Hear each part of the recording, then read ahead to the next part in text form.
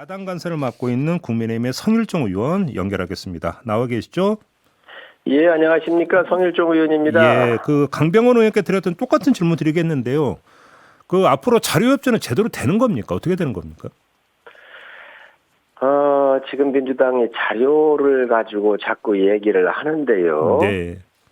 100% 다 만족할 수는 없지요. 저희도 야당을 해보지 않았습니까? 네네.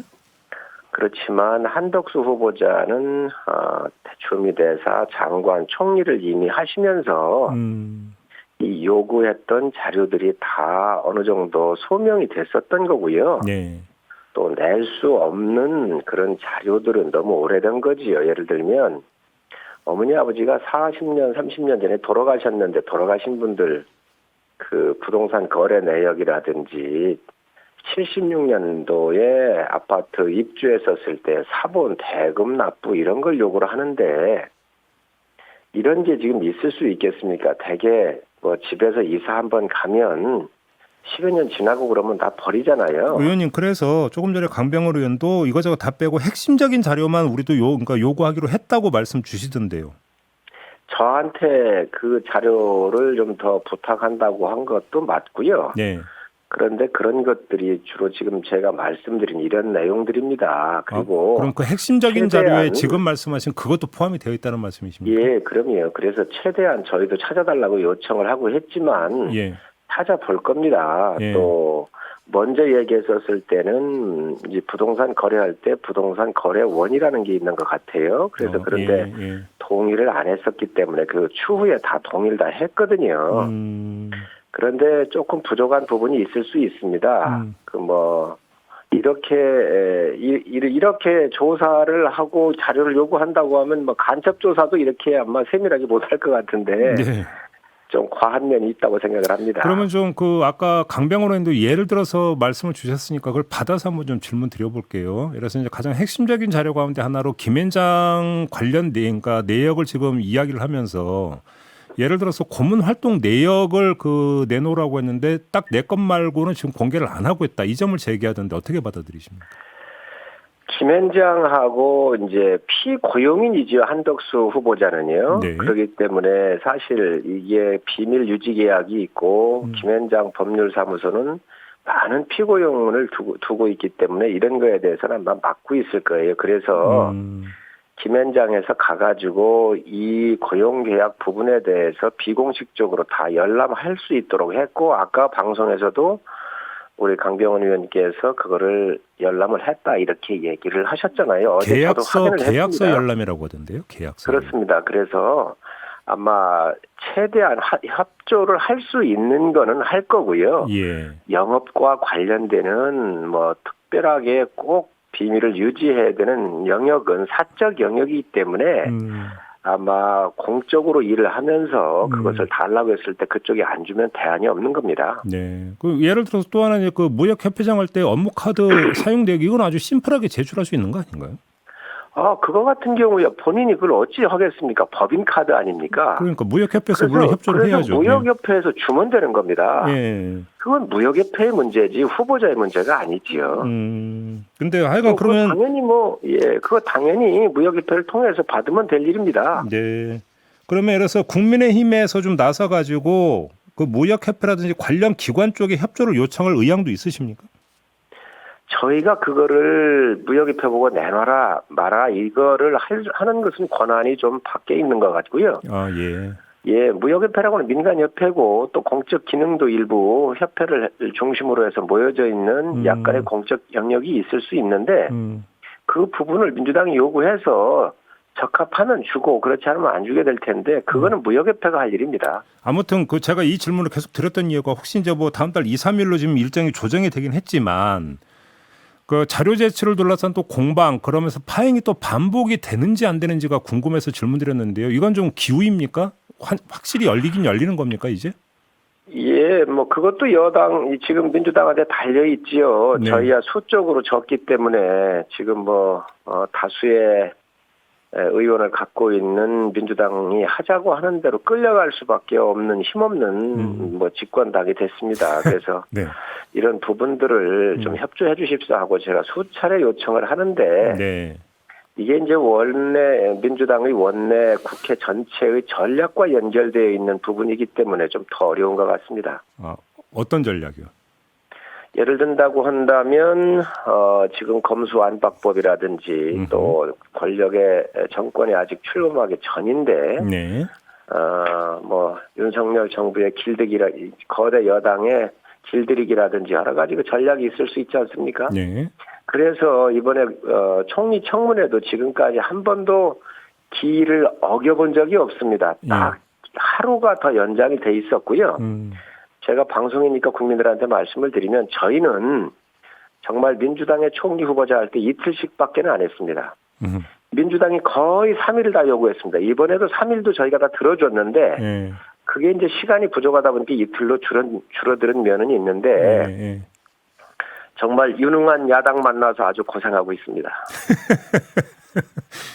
유능합니까? 숫자가 많은 겁니까?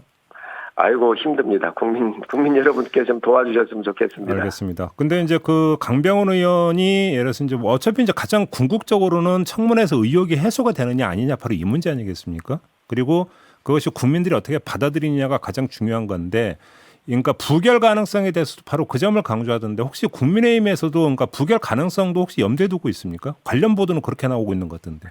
저희는 염두에 준 적이 없습니다. 어떤 의혹이라는지 전 구체적으로 얘기를 했으면 좋겠어요. 예를 들어서 그러면 뭐 김앤장 소유 호화 한옥저택에서 VIP 접대하는데 한덕수 후보자 그때 참석했다. 브로커 역할을 했던 거 아니냐. 이런 의혹을 제기하던데 이건 어떻게 받아들이십니까? 그걸 다 기억할 수 있겠습니까? 그리고 송영무 전 해군 참모총장도 국방부 장관 될 때에 이분조차도 연간 3억 6천씩 받았습니다. 이번에 4억 한 2천 정도 한덕수 후보자가 받으셨는데요. 한덕수 후보자는 이 임금에 대해서 협의해 본 적이 없습니다. 김현장의 그 테이블 속에서 주는 대로 받은 것이고 한옥 같은 데 가서 밥을 먹었다 그러는데 그 밥 먹은 걸 어찌 다 일일이 기억할 수 있겠습니까? 한덕수 후보자는 기억 못한다고 지금 이야기하고 있습니까? 아닙니다. 그거는 아니지만 아니 저희가 국회의원 활동을 하고 있지만 여기저기에서 다니면서 밥도 먹지요. 그걸 다 어찌 다 기억을 하겠습니까? 그리고 예를 들어서 김현장 법률사무소도 굉장히 큰 법인인데 그 회사 전체적으로 봤을 때 중요한 외빈이 왔었을 때 함께 참석해 주십시오 이렇게 갈 수도 있는 것이지요. 그런 것까지 무슨 비밀이 있는 것처럼 그렇게 의혹을 뒤집어서 씌우면 어찌 그걸 다 해명할 수 있겠습니까? 알겠습니다. 그러면 예를 들어서 지금 뭐 직업에 가사로 기재되어 있던 부인이 그 미술 그 작품을 기업들한테 뭐 1,000만 원 이런 식으로 받고 팔았다라고 하는 부분은 어떻게 받아들여야 될까요? 그 부분도 다 이미 제출을 다 했고요. 단 그 누구한테 팔았는지 이런 부분들은 사간분에 대한 신분적 그 개인 정보가 있지요. 그렇기 때문에 저희가 그걸 요청해서 말씀을 드렸었을 때도 화랑이 동의해서 사간분의 신원을 밝히겠다고 얘기한다면 한덕수 후보자님께서도 그거에 대해서는 동의를 하겠다라고 하는 것을 다 이야기를 했습니다. 파는 사람과 사는 사람이 있는데 파는 사람은 얼마든지 밝혀도 좋은데 사가는 분들에 대한 개인 정보가 있는 거 아니겠습니까? 그리고 그게 그리고 공직에 있을 때 그런 미술품을 판 적이 없습니다. 사적 신분으로 민간인 신분으로 있었을 때 개인전을 2번을 하셨고요. 또 그 영역에 대해서는 지킬 건 지켜드려야죠. 알겠습니다.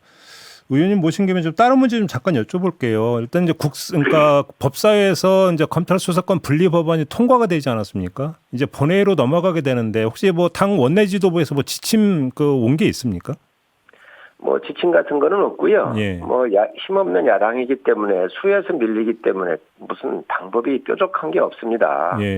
그저 국민들한테 알리고 이 법이 국가적인 큰 측면에서 봤었을 때 어떤 기능을 했고 또 국가의 기둥으로서 어떻게 작용하고 있는지에 대해서 그런데 이게 허물어지는 거에 대해서 그 피해가 어떻게 갈 것인지에 대해서 국민들한테 알리는 것 이외에는 특별한 방법이 없는 것 같습니다. 그 뭐 소속 의원 대기령 내려졌다는 보도는 접한 바가 있는데 혹시 뭐 필리버스터 준비하면서 뭔가 순번장했다 혹시 이런 얘기는 나온 게 없습니까 당 안에서? 필리버스터를 비롯해서 야당한테 주어져 있는 모든 법적 범위 내에서 할 수 있는 건 최선을 다해서 다 할 겁니다. 예, 의원님은 필리버스터에 안 나섭니까? 나설 수도 있고요. 예. 또 저희 당에는 법률 전문가 의원들이 꽤 계시기 때문에 그렇죠. 아무래도 이 부분은 이제 전문가 영역일 수도 있고요. 또 전문적 식견을 가지고 국민들한테 어필해야 되기 때문에 네. 그 논의 지도부에서 알아서 할 겁니다. 짧게 지금 한 30초밖에 답변 기회를 못 드릴 것 같은데 지금 북한이 열병식했고 선제 핵 타격까지 시사를 했는데 어떻게 받아들이세요? 우려가 현실이 되었고 그동안 이 북한 핵에 대해서 계속 속아왔었던 우리 정부의 여러 가지 책임이 있다고 보여지고요. 이제 뭐 선전포고나 다름없는 겁니다. 북한의 그 야욕을 그대로 드러냈다라고 생각을 합니다. 이제 평시에도 그 힘의 우일, 핵에 대한 힘의 우위를 가지고 얼마든지 위협을 하겠다라고 하는 아주 공개적인 메시지라고 생각을 합니다. 알겠습니다. 국회 국방위 위원이시기 때문에 한번 좀 질문 드려봤고요. 자, 오늘 인터뷰 이렇게 좀 마무리하도록 하겠습니다. 고맙습니다, 의원님. 네, 감사합니다. 네, 국민의힘의 성일종 의원과 함께했습니다.